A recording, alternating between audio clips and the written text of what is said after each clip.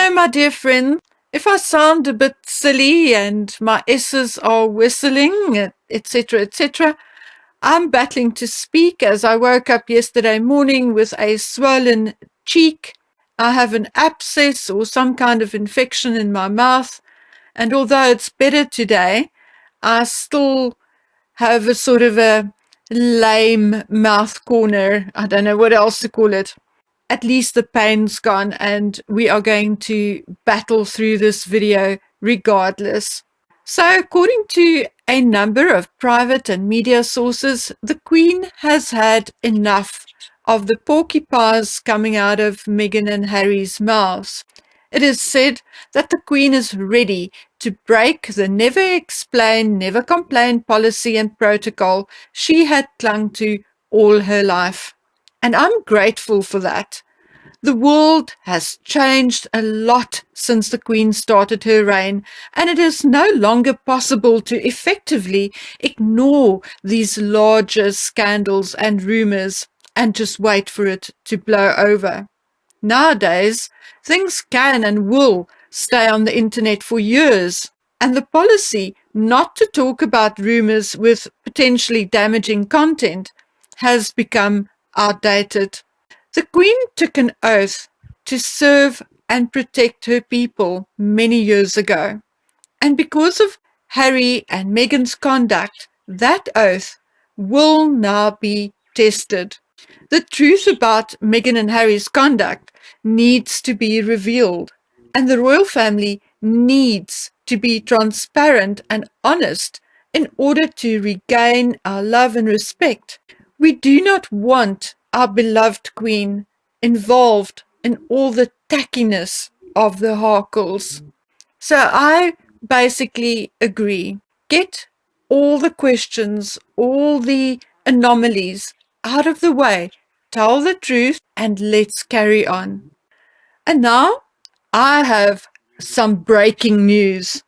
Harry and Meghan's Montecito home is for sale.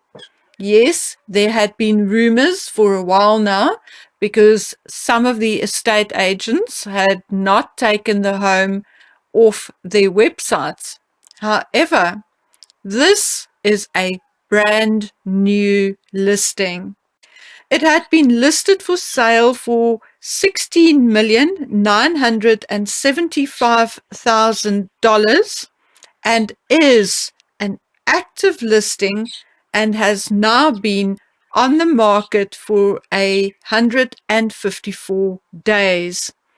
This particular listing, this new listing, is on the website of Laurie Woolner Realtor, Laurie, and the surname is Woolner.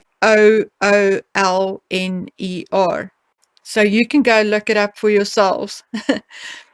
They also seem to have had an open house on the 5th and the 6th of June. Now, excuse me, wasn't Lily born on the 4th of June? Weren't they supposed to take the baby home after her birth? Surely they did not take her to a home open for viewing by the public. Hey, my friends, this is huge. What is going on? Well, firstly, it tells me that I was right and that they have not lived there for a while now. Some people are actually saying they never lived there full time, but rented space to shoot their Zoom calls, etc., so they could deduct said rental as an expense. However, it could also mean that if they do or did actually live there, that Meghan Markle did not give birth on the 4th of June.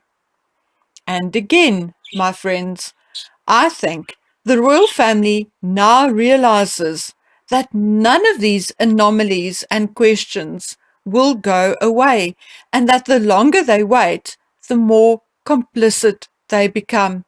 So while the Queen is out to tell the truth, we would appreciate her also telling the truth about Archie and the new baby's origins, whatever it may be. If we are wrong, then prove us wrong. Now, it's been a weekend with a lot of things happening in the royal news. There was the mini trooping of the colour and the receiving of the Bidens at the palace. And I don't know why, but I teared up and cried throughout the ceremonies. On the one hand, I think it is seeing the Queen so tiny and frail, yet I'm grateful to have seen her happy and even a little witty on the occasion. The Queen embodies our history, the familiar, and our culture, and to see her so tiny and old is sad no matter how we look at it. And then to realize that there are two undeserving, entitled people who dared to disrespect this icon makes me sick to my stomach. Yes, and I also watched Thomas Markle on 60 Minutes. Yes, I feel sorry for him. I myself have not seen my daughter for 3 years as they immigrated to Canada a couple of years ago. And then the lockdowns came, and now I've been waiting 3 months for a visa. I've also not met my grandchild in the flesh yet, although I have FaceTimed, Zoomed, and received photographs weekly. But regardless, I understand that Mr. Markle wants to see his daughter and grandchildren. I also feel for the children, as a grandparent brings a whole different dimension to a child's life. Harry and Meghan's children still have grandparents on both sides of the family, and it is utterly selfish and damaging to those children to be deprived of their grandparents' love, care, and wisdom. I do not have advice for Mr. Markle, but for his own good and health, I think it best that he steps back from the situation and allow it to play out whichever way it will play out. The only other alternative would be to fight fire with fire and fight it out with Harry and Meghan. Get a pastor or a welfare worker to intervene and assist. But whether Mr. Markle still has the energy and health to enter into such a fight, I don't know. All I know is that writing to Oprah and talking to 60 Minutes is not going to solve anything. It would be far more productive to have a lawyer write directly to Harry and Meghan than to give an interview.